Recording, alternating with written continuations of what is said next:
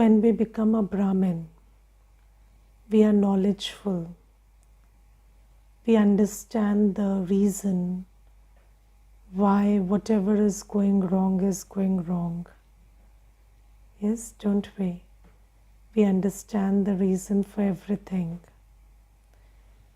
But, it's always who will do it first? Who will take the initiative first? So, when you are, when you are an elder one in the family, then you know that your duty is to give love, and the duty of the younger one is to give regard. Yes, so now the thing is, the younger one doesn't give regard, and you also don't give love. And then there is a friction. And then the younger one also, because everybody is a Brahmin, so I'm just telling you about a mother-in-law and daughter-in-law, and they're both Brahmins. And the mother-in-law, so the role is the mother-in-law and the daughter-in-law, but they are both Baba's children. So the other day, they are having a lot of issues these days. So I was sitting with them individually, and the daughter-in-law said that she doesn't love me. She doesn't have love for me. I have never felt that love from her. And the mother-in-law said, I don't receive regard from her. So I feel like she always disrespects me in many ways. For example, whenever there is a decision to be made, she will never consult me. She will go to her father-in-law, and then she will ask him, and she will make me feel like, I'm a nobody, and the father-in-law is a dominating person. So she gets everything done through him. And it's not like most of the decisions I don't agree with. I agree with all the decisions taken. But the thing is, if she asked me, I would also have said the same thing. But she never asks me. She doesn't have that trust that I will allow her to do this or do that. And then she always approaches her father-in-law, and the father-in-law sometimes, he will just dismiss me in front of her, and he will just, say things which are very derogatory to me. And I feel like I'm disrespected. And then when I asked the daughter-in-law, she said, I feel like she doesn't love me, so I don't trust that she will do anything which I would like. I always feel that she takes decisions which, hurt me and which I don't like.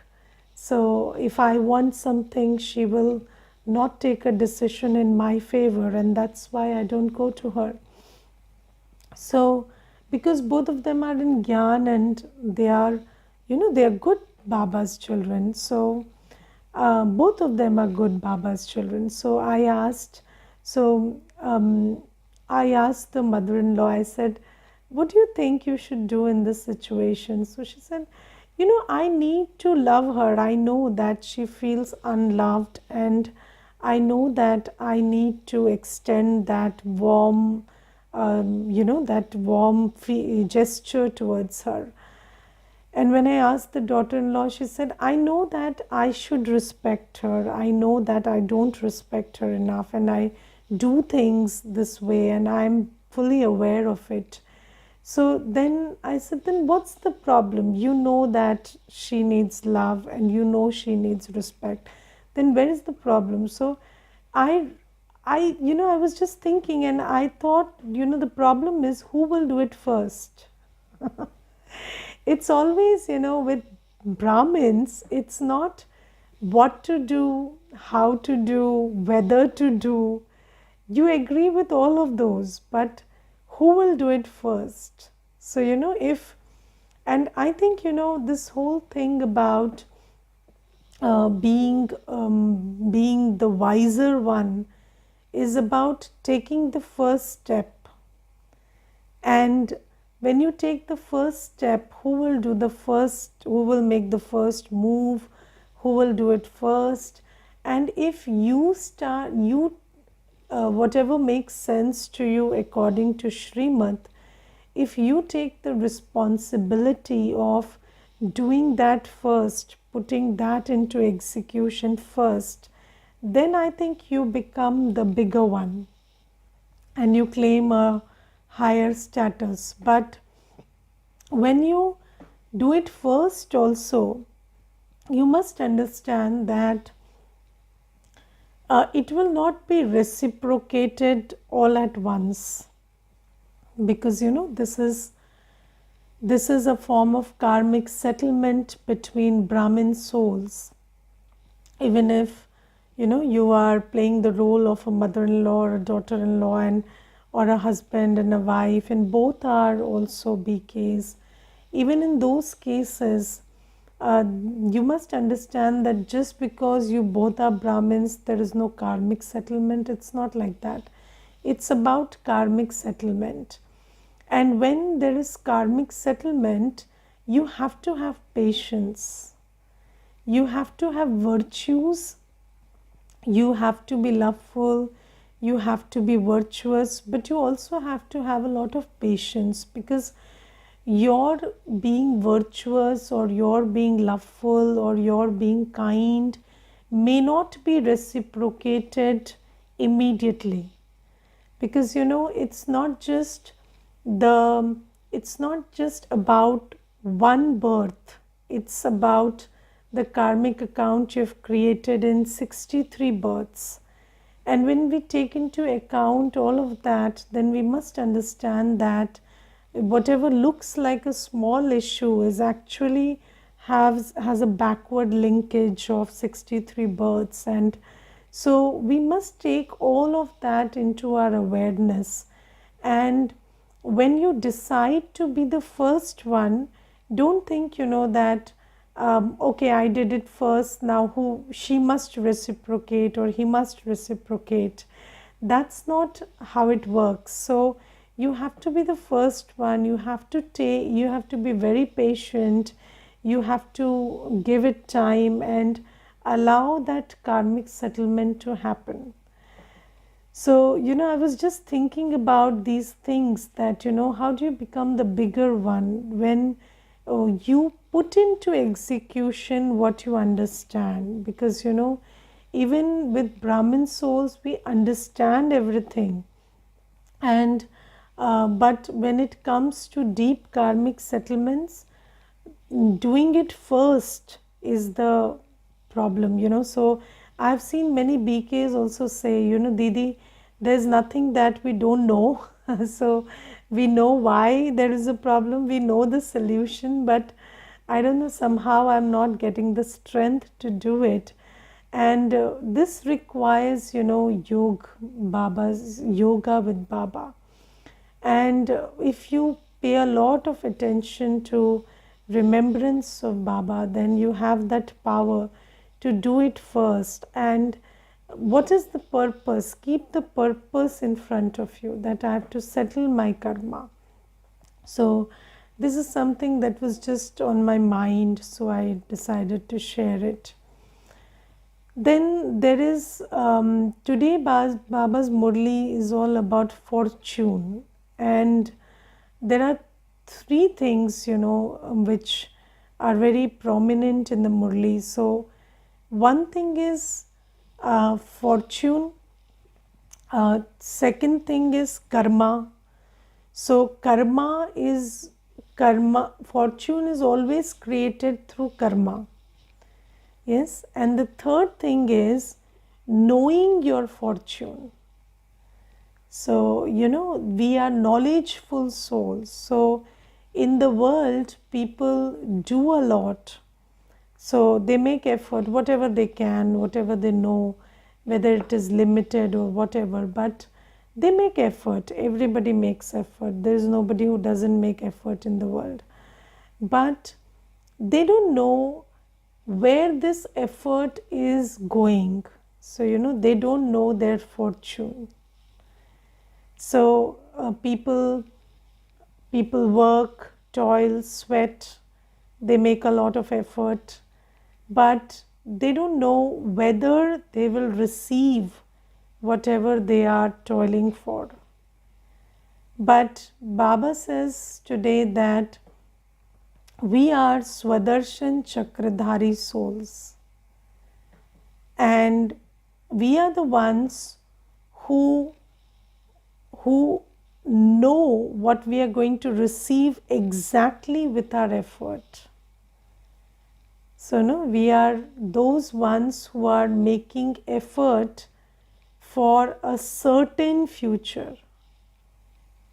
So, there is no uncertainty about the effort that we are making.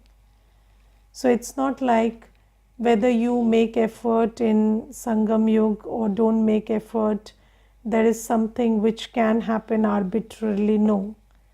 Baba says you will receive exactly as much as you make effort according to the law of karma, because in this birth, Baba is teaching us the effort. Who is teaching us? God Himself.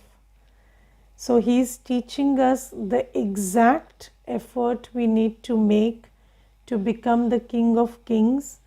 And Baba says, you also know that if you do less, you receive a lesser status, and you also know what you become when you do what you do.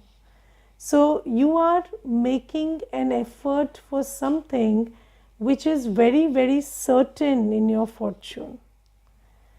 And Baba says that, sometimes I have heard Brahmin souls say, I don't know what is in my fortune. I would like to know my destiny.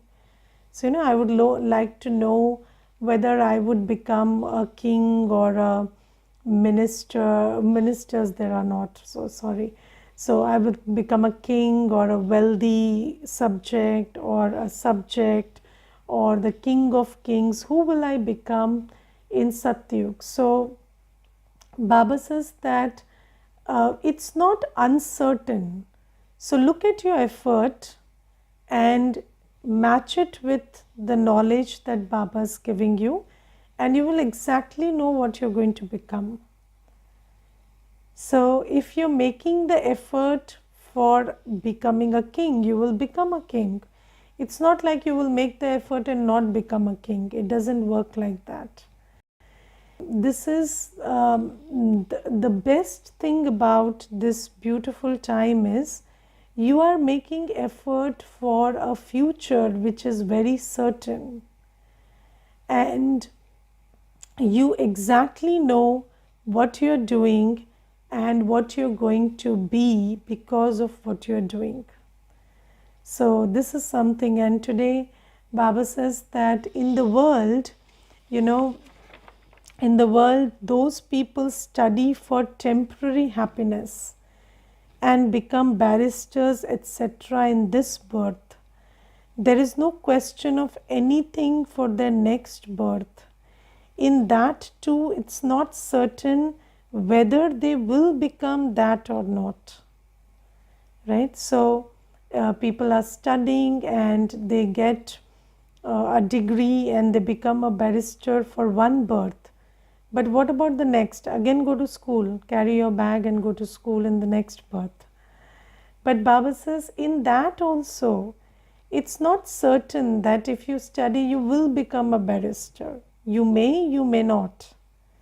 Yes, so I have seen PhD holders and I have seen MBAs and engineers from great colleges just sitting at home, doing nothing. So that's not certain. Even if you study, even if you do everything in this birth, it's not certain.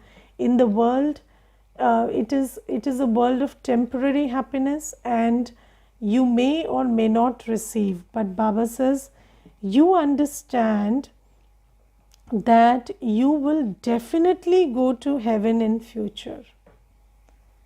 Yes, because we are not studying in a great college, we are studying in the godly college. And Baba says that when Baba comes and teaches, then the fortune that is created out of that teaching is 100% certain. It's not uncertain fortune. So this is something that is very important for us to remember. And Baba says, you will then be called deities. You must never forget that you will definitely claim your inheritance of the peacock throne. You will definitely be seen by becoming the highest on high. God the Father is teaching you, and so that too enters your intellects. So we understand that we are fortunate because our future is certain, and of course you're choosing to make the effort you're making, so it is only as certain as the effort you make. But another big thing about which we have to be intoxicated is Baba, the Supreme Father, the Supreme Teacher, is teaching me, and I am studying the most elevated knowledge, the highest knowledge. And Baba says that every fortune is created through karma. Yes, every fortune is created through karma. There is no other method to create a fortune. And here Baba teaches us, because he is the supreme teacher, he teaches us a karma which the world doesn't know. And what is that karma? So Baba says that when you remember Baba, that's the biggest karma, because when you remember Baba, then you are filled with Baba's virtues, powers and knowledge, and your stage becomes like Baba. So that is the first karma which we do to build our stage.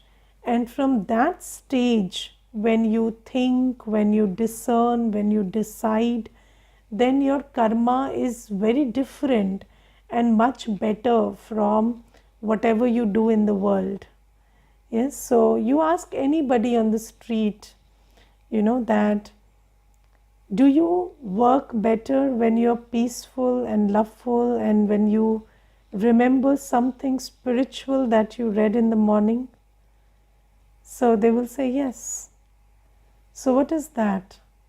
That is just remembrance of something spiritual that they read. And how would you act, how would you behave when you are in remembrance of the ocean of truth, of the ocean of peace, of the ocean of love, of the ocean of purity? Then every action you perform, whether it is the act of thought, act of word, or physical act, every act will be knowledgeful, loveful, pure, powerful. And Baba says, those actions will create a different destiny for you. And that is 100% certain. And Baba says, this is why the most important karma that I teach you is remember me and do everything in my remembrance. And today Baba also underlines being introverted. So have you seen that staying introverted is an effort? So as a Brahmin, have you noticed those times when you become extroverted? So when you catch yourself talking more than necessary, when you catch yourself thinking more than necessary, when you catch yourself just distracting yourself more than necessary. So that's when your inner anchor is lost, and you've like succumbed to the pull of the old world. And Baba says it requires attention to stay introverted. What is introverted? So the Hindi word for introverted is antarmukhi. So antarmukhi means, you are detached from the mukh. So this mukh you see has ears, eyes, nose, mouth, everything, skin. And when you are not into the pull of the senses, only then, that switch which allows you to go within is operational. When you have given into the pull of the senses, then that switch which allows you to go within is dysfunctional. And Baba says this is why make effort to stay introverted. Take time out, take moments to just detach from the senses and the body and just come to soul consciousness. And then in remembrance of Baba, make decisions which are based on Srimad and act accordingly. And Baba says, I am teaching you this karma, this karma which is not dictated by vices or which is not dictated by sensual pulls, and this karma which is full of Baba's powers and based on Srimad. This is going to create a certain fortune for you. There is no doubt about it. And Baba says that you must also have intoxication always. An intoxication that the highest is teaching me and he's creating the highest fortune for me. And Baba also says something very important today, that even if people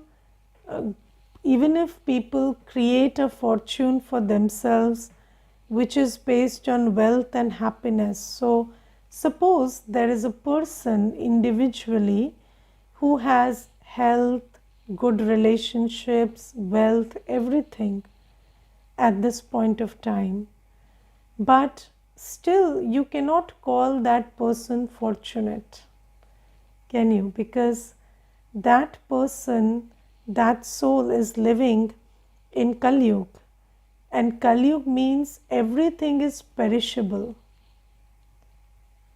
Everything is perishable. So Baba says that one is having a fortune, second is having an imperishable fortune. So even if you have a fortune at this moment, and even if it consists of everything that one thinks about when they think about happiness and wealth, so there is tan ka sukh, man ka sukh, dhan ka sukh, sambandh ka sukh, yes. So you have all four of them, the happiness of body, mind, wealth and relationships. But still you are living in a world which is very uncertain. And this is why you can never enjoy absolute happiness, because you will always have the fear that this might go away. So Baba says that this is why that cannot be considered fortune. But I am teaching you the karma to create a fortune where in that world where for 21 births there will be no uncertainty.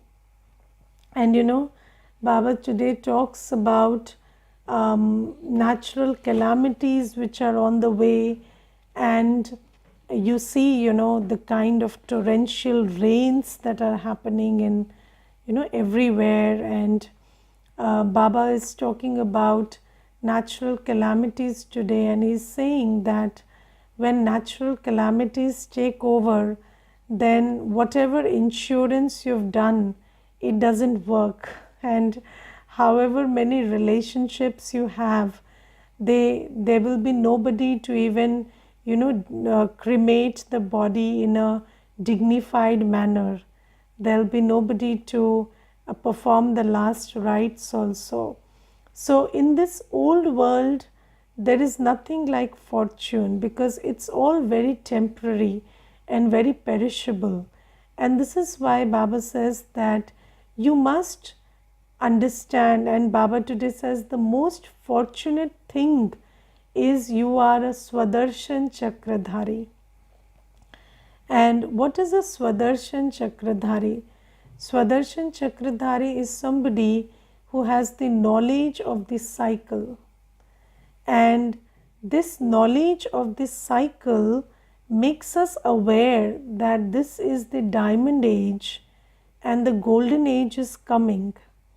And in the diamond age, I am studying from the Supreme Teacher and becoming a deity which fits the golden age, which is certainly coming. And is there anybody in this whole wide world who is a Swadarshan Chakradhari apart from you? So there is nobody who knows that Baba has come and Baba is teaching us this method of creating a fortune. Nobody knows the skill, nobody knows the art of remembering Baba. Nobody knows who is Baba, nobody knows themselves as the soul, and nobody knows how to do karma in remembrance of Baba and settle accounts and create a fortune by following Shrimad. So Baba says the biggest fortune is you know that this is the time to create a fortune. And then you know that, what world is coming and how do you have to prepare for it.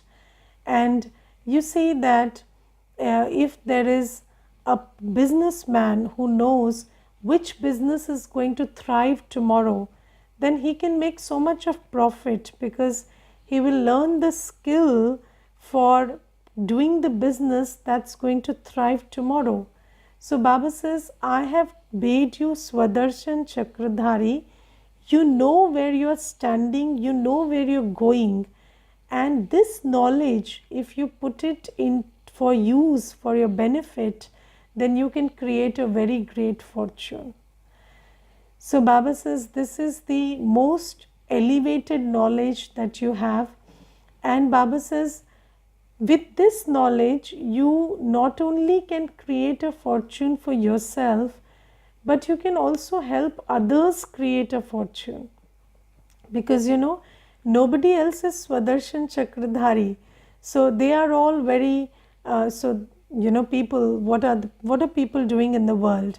What will happen tomorrow? I don't know. And in the fear of tomorrow, in the worry of tomorrow, they are spoiling their present.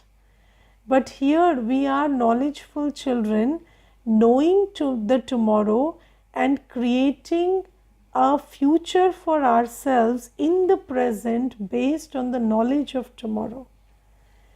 And Baba says this is a very big fortune to have. And then today Baba says many things which are very important to understand. So Baba says today that Baba talks about Baba says human beings have so much blind faith. Eminent people are given so much respect. Rishis and Munis are considered to be higher than them. Although they don't believe in religion, they would definitely bow down to the sannyasis. They would go to holy men and prostrate themselves in front of them. So Baba says, the Father says, my beloved children, I salute to you. Baba says, people don't recognize who is the highest on high. And Baba says, you are the Master Trikaldarshi. You are the Swadarshan Chakradhari who has the knowledge and who is receiving the power from Baba himself to become the highest on high. And Baba says, okay, no problem if the world doesn't recognize you, but do you recognize yourself? Or you also see somebody and you think that they are higher than me. So Baba says it's not important whether somebody recognizes your worth and fortune, but do you forget it? That's the question. And Baba today says that I, my beloved children, I salute you, children. You are the peacock feather in the crown on my head. And Baba says that you will become the masters of the world. You are also masters of Brahman. You are double masters. I am the single master of just Brahman. No one apart from the Father can explain these things. Okay, so this is what Baba is saying. And then Baba today says that how do you receive a higher status? So now that we know the art of creating fortune, we also know what fortune to exactly create. And Baba today says, those who serve others very well receive such a high status. So how do you create a high status for yourself? By serving others. And how do you serve others? By serving them spiritually. Yes, being knowledgeful, loveful, powerful, peaceful, joyful, pure in all your interactions.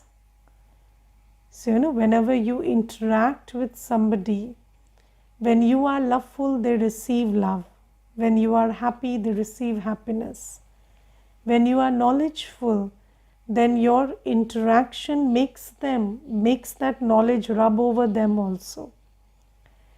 So Baba says, when you are knowledgeful, pure, loveful, powerful, blissful, joyful, while you come into interactions, that's how you serve others. And there are other methods of serving also, through the body, mind and wealth.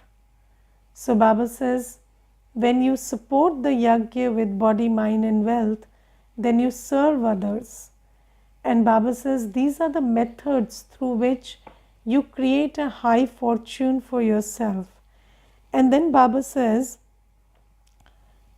then after her, there are those in the second number who follow Baba in doing service. So just like if you do service, you receive a status. And if you follow Baba in doing service, Baba did accurate service, yes? So when you follow Baba in doing service, you receive a great status. Baba says, you have to become very merciful. Are you merciful? And are you, so when you see somebody suffering physically, so do you understand that you need a lot of discernment and knowledge to be merciful. Merciful is not just a matter of the heart. It is a matter of the heart, but then it is a matter of being knowledgeful also. So you know that if somebody is very body conscious, then they cannot recognize that somebody who is young and looks young can be suffering physically. Yes, you see somebody who is young and in their 20s and 30s, and you automatically assume that because they are young by the body, they cannot be suffering physically. This is an assumption you make because you're very body conscious and you choose to ignore all the knowledge in the world that tells you that people are suffering physically, mentally, in every which way, whatever age they are. And when we conduct classes for children who are going to school, children are having stress issues. Children are having, anxiety, and they are depressed. And if you're very body conscious, you will say that the father is earning the bread, the mother is taking care of the household. So, how is the child stressed? They are not allowed to be stressed because they are not doing anything. So, when you're body conscious, you cannot be cognizant of another person's suffering. You cannot be cognizant of even the suffering physically and mentally. Then how can you be cognizant of spiritual suffering? So if somebody is just, suffering spiritually, then how do you understand that this soul needs to know Baba? And how do you perform that act of mercy if you're body conscious? So Baba says, in order to be merciful, you have to be very soul conscious, very knowledgeful. And have you seen Baba uses these two words together always, knowledgeful, blissful. So because Baba is knowledgeful, Baba is blissful. So when you are always aware, what is spiritual suffering? Spiritual suffering means everybody who is in their last birth, and everybody needs to know God even if they don't know they are suffering. That is spiritual suffering. Everybody needs to know Baba. Everybody needs to know the knowledge and do the needful, because you are in your last birth. Even if you don't know that you are in the last birth, and even if you are not suffering any which way, you are suffering because you are not what you're supposed to be. So that is spiritual suffering, that you are not, you may be like everybody else, and you may be doing well according to everybody else or in comparison with everybody else, but you are not enjoying the happiness that you're supposed to enjoy. So Baba says that, when you are knowledgeful, then you have mercy, that even if somebody doesn't understand that they are suffering, you need to bring them to the awareness that, you are a deity soul, and where are you? Look at your condition today. And then elevate them and, invoke them to make the effort to create a fortune. So it requires a lot of knowledge to be merciful. You cannot be blissful and merciful if you're not knowledgeful, because suffering is not indicated by somebody saying, oh, I'm suffering, oh, I'm suffering. Suffering is a matter of knowledge. Just because somebody is saying I'm suffering or not saying I'm suffering doesn't mean that, there is suffering or there is no suffering. Okay. Om Shanti.